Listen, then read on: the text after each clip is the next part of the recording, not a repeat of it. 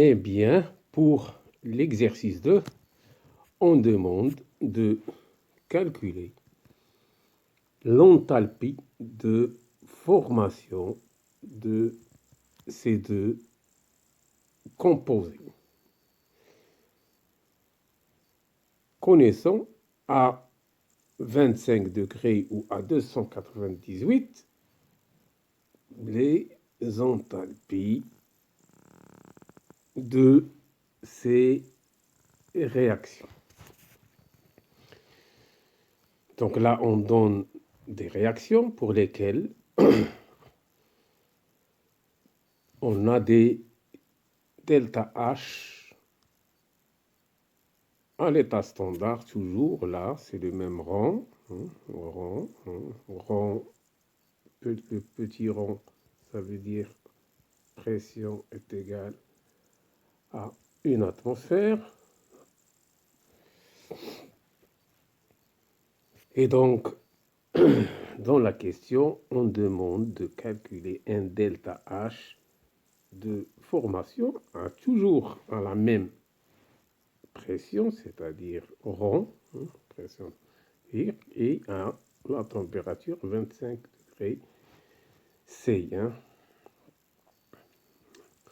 de SO2 et delta H aussi de formation, toujours à la même température, de H2S, de ces deux composés.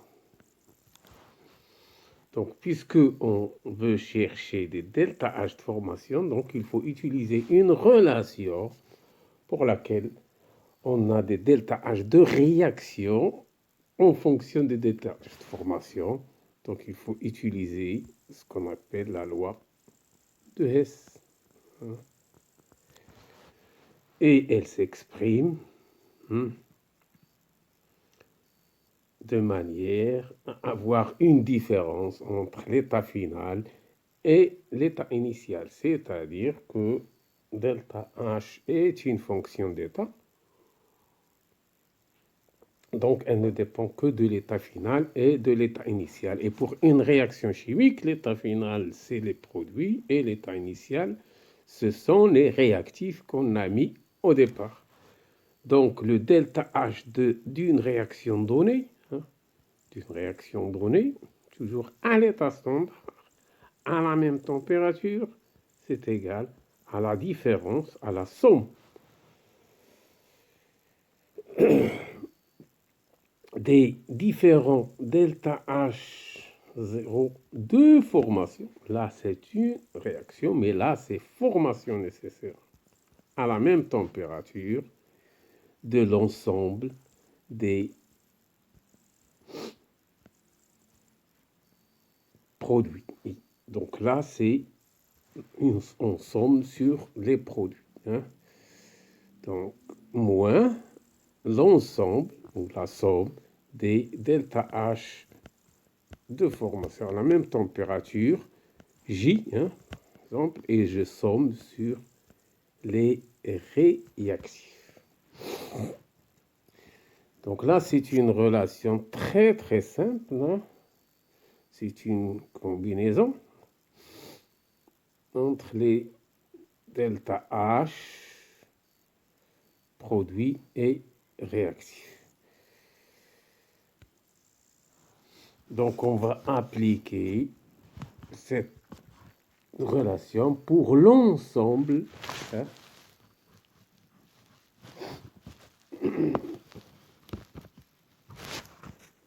des produits, et c'est surtout pour ces deux réactions, parce que c'est ces deux réactions, on va utiliser ça pour ces deux réactions parce que on a les produits pour lesquels on cherche les différents delta H de formation. Donc là, c'est H2S, là, c'est SO2 et H2S et SO2. Et ces deux réactions, ils vont servir à les utiliser pour remplacer les différents delta H de formation que l'on trouve par la suite.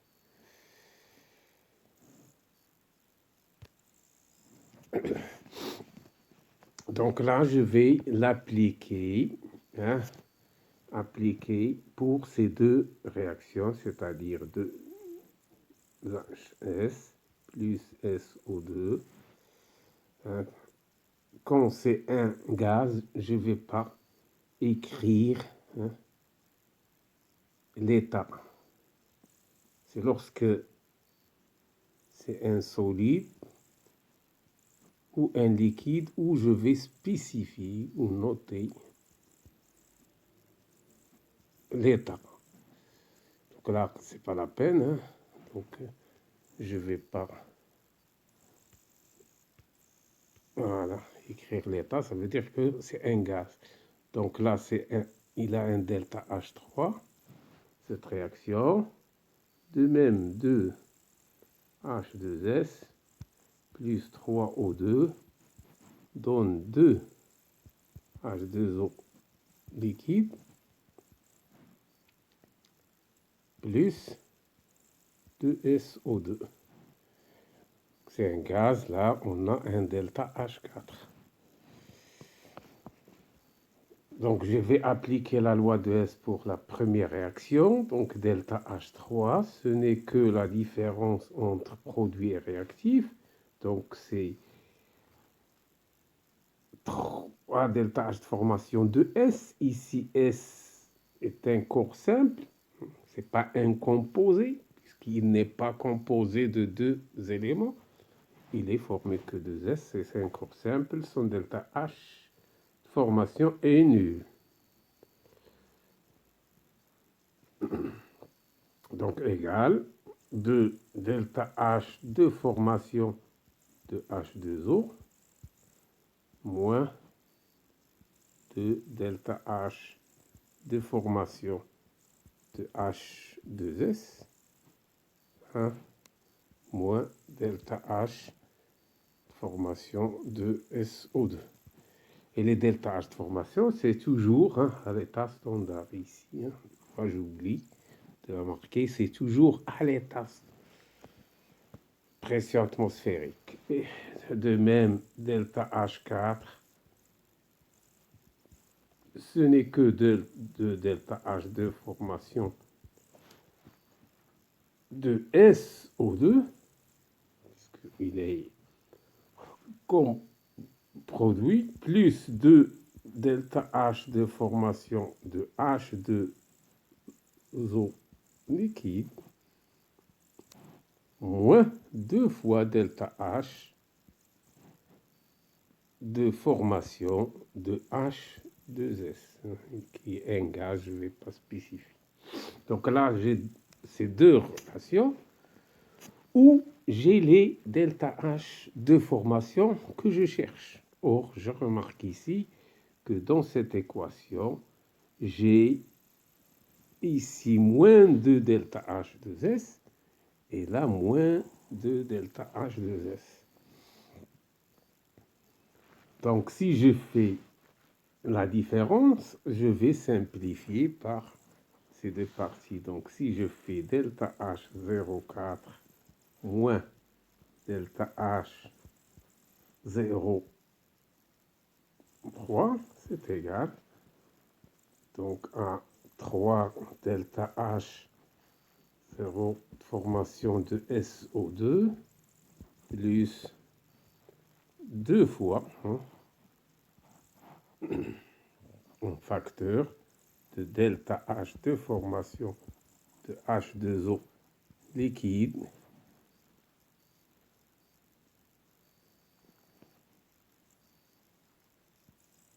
moins delta H0 formation de H2O à l'état gaz.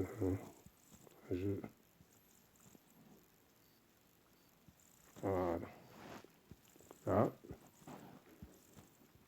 de 2 en facteur de ça. Donc, qu'est-ce que je cherche? Je cherche SO2. Donc j'aurai 3 delta H formation de SO2 est égal à ça, moins 2 fois ça. Donc c'est égal à delta H4 moins delta H3 toujours, hein, moins 2 fois H de formation, hein, que je vais changer et je vais dire plus là, et c'est delta H0 de formation de H2O gaz moins delta H de formation de H2O liquide.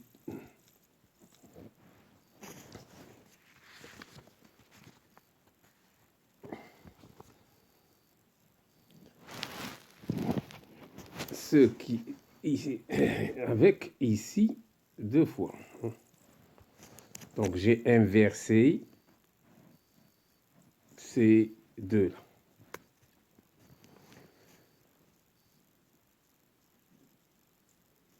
Donc ici, la différence entre les deux, là, ce n'est que delta H2 qui est donné, qui est le passage de l'état liquide à l'état gaz qu'on appelle le LV de H2O.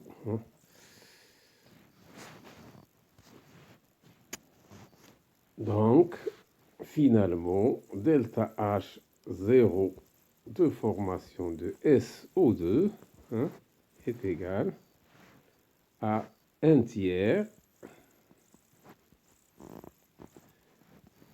de delta H04 moins delta H03 plus 2 fois delta H02. Finalement, vous allez trouver que c'est moins 26,17 et c'est 1 kilocalorie.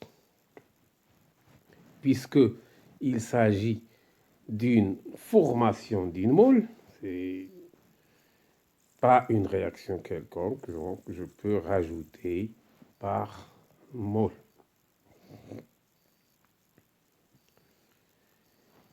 Et je sais, hein, d'après l'autre équation, c'est très simple, puisque je connais maintenant delta H, hein, de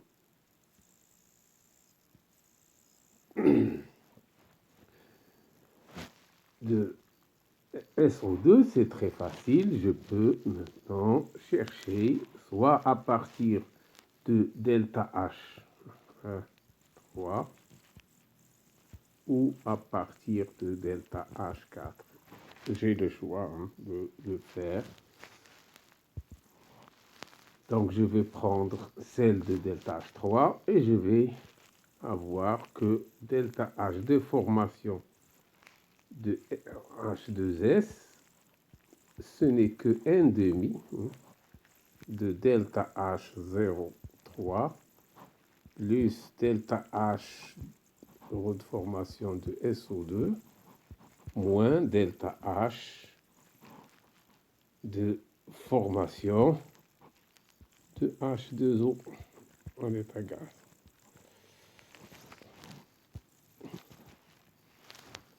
Ce qui va me donner une valeur de moins 37,72 kilocalories. Et puisque c'est une formation, je forme une mole, c'est par mole, parce que cette mole, c'est une mole de H2S. Là, c'est spécifique, donc je dois rajouter par mole. Remarquez que si vous voulez, tous les delta H, hein, en général, les delta H, hein, de réaction, presque toutes les réactions, hein, delta H hein, de réaction sont élevés, hein, pour une mole, hein, pas pour. C'est la raison pour laquelle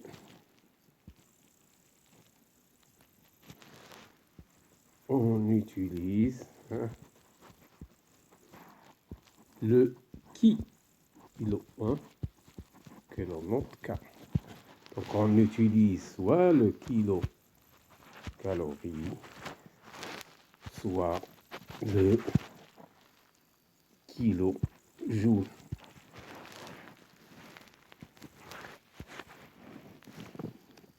D'accord?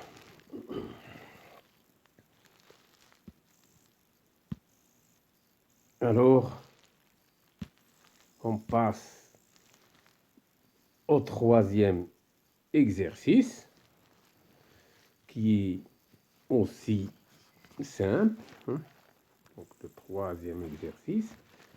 Donc, il s'agit de calculer enthalpie standard correspondante à la réaction d'hydrogénation, hein, c'est une réaction particulière, hydrogénation, du benzène en cyclohexane. Donc, on va hydrogéner, ça veut dire associer l'hydrogène. Donc, on a le benzène, hein, qu'on lui rajoute de l'hydrogène, hein, pour donner le cyclohexane. Hein.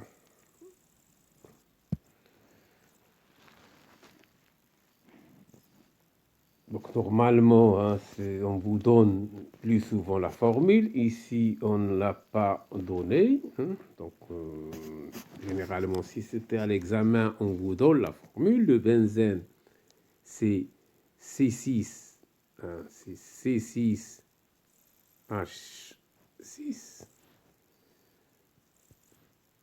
Et le cyclohexane, c'est C6H12. Donc ici, on lui rajoute 6 atomes de H2. Et tout ça, c'est en milieu gazeux. Tout ça, c'est gazeux.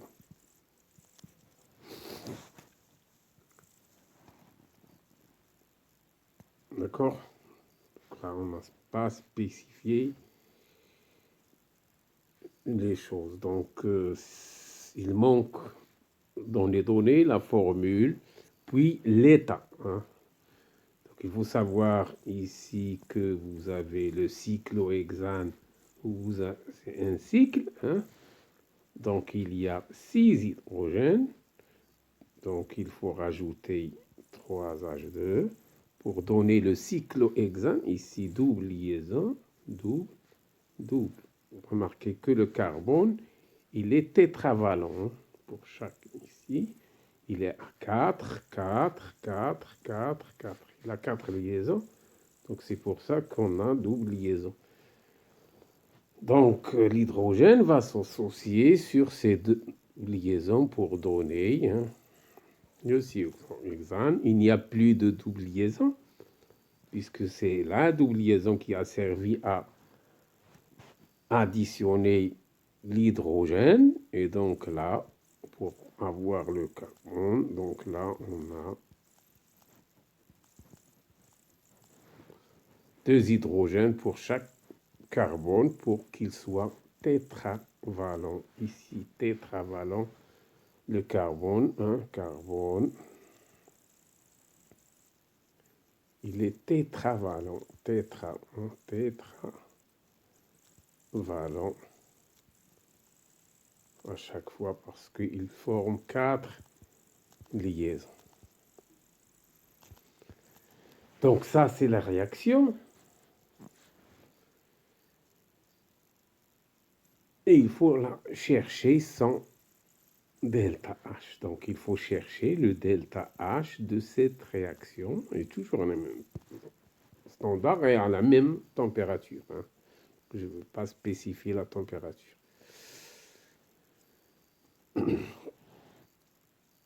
Et donc, si je veux trouver ce delta H, c'est en fonction de ces delta H relatifs aux données.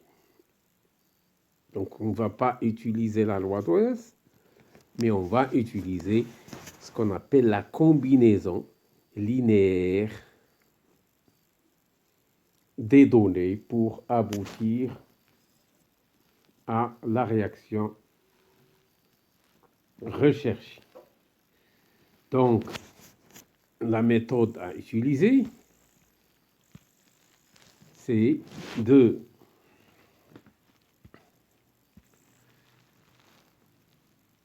d'écrire les données. Donc, il faut que j'écrive les données. Les données sont ici, c'est la combustion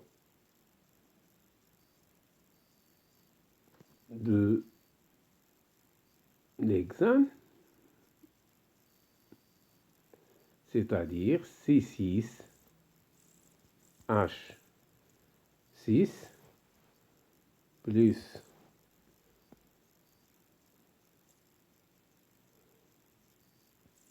15 sur 2 O2 qui va donner 6 CO2 plus 3 H2O. Et la combustion, elle donne l'eau à l'état liquide parce que les données sont relatives à 25 degrés C, c'est-à-dire 298 K, et l'eau, il est à l'état liquide. Et là, j'ai un delta H 0, 1. Deuxième réaction des données, c'est la combustion de cyclohexane. Et le cyclohexane, ici c'est le benzène, et là le cyclohexane c'est C6H12 plus 9O2 donne 6 CO2 plus 6 H2O liquide. Et elle a un delta H 0,2.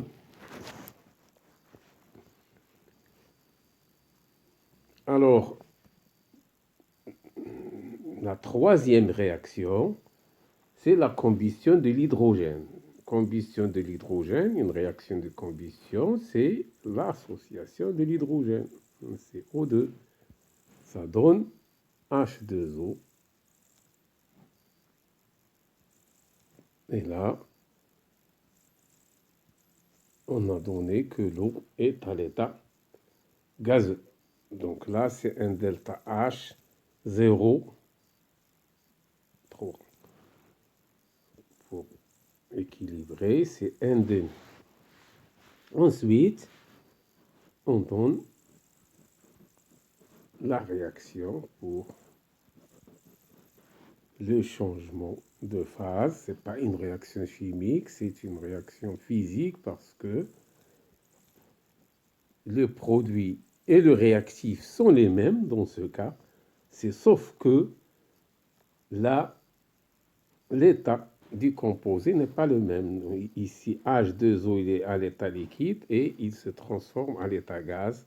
Donc ici, c'est un delta H comme notre cas. Donc là, j'avais écrit les données. Donc il faut écrire les données.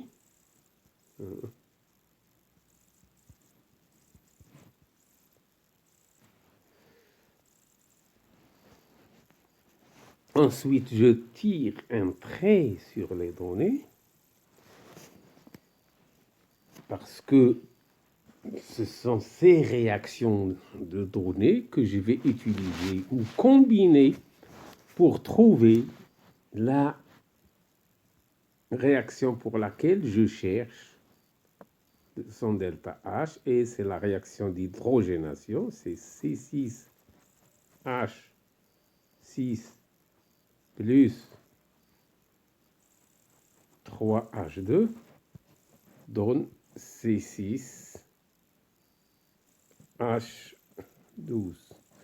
Et là, c'est le delta H de la réaction que je cherche. Et nécessairement, ce delta H, c'est une combinaison de l'ensemble de ces delta H. Donc, pour trouver la bonne combinaison de ces delta H,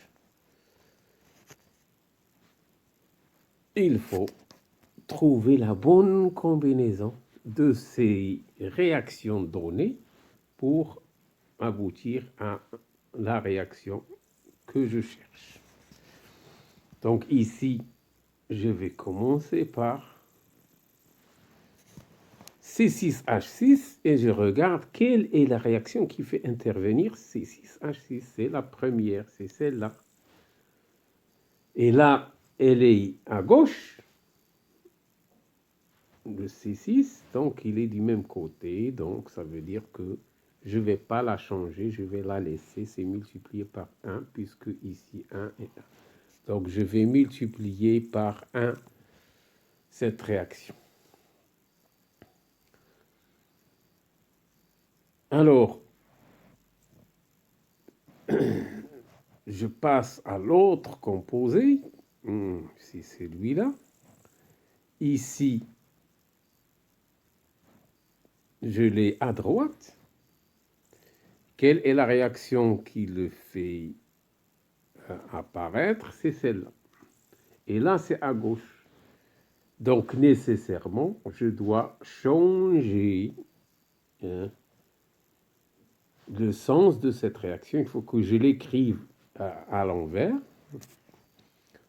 Ou je vais dire, puisque je sais que c'est une fonction d'état, donc je vais la multiplier par moins 1. Ça veut dire que je l'écris à l'envers pour trouver ici le C6H12 de l'autre côté.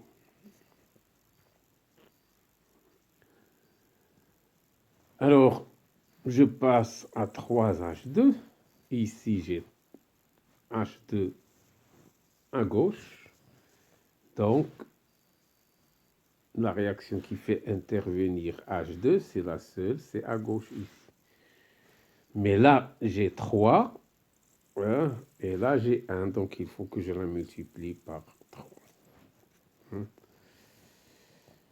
Et la dernière réaction, qu'est-ce qu'elle va faire? Elle va me servir, parce que si je la laisse et je fais la combinaison, je vais trouver des H2O, etc. Ça va me servir à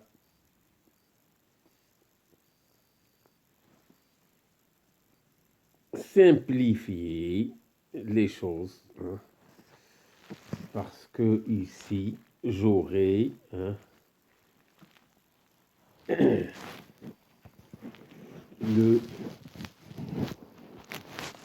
les H2O qui vont me rester. Hein. Donc là, ça va servir à simplifier pour que j'aurai pas l'eau ici ni à l'état liquide ni à l'état gaz. Ça veut dire que je vais multiplier pour simplifier ici l'eau, parce que ici, quand je multiplie par 3, j'aurai 3 H2O. Donc il faut que cette réaction sert à éliminer ces 3 H2O. Donc je vais le multiplier par moins 3. Et donc finalement, mon delta H de cette réaction, c'est égal à delta H 0,1 fois 1 moins delta H 0,2 plus 3 delta H 0,3 moins 3 delta H 0,4. Donc c'est ça la forme de mon delta H. Et vous n'avez qu'à faire la combinaison de l'ensemble de réactions pour trouver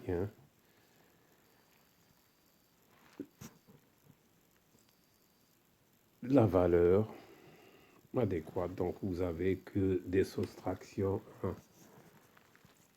et addition. Donc vous allez la trouver en kilocalories par mol, puisque en hydrogène, une mol de ce composé. Et je vous remercie.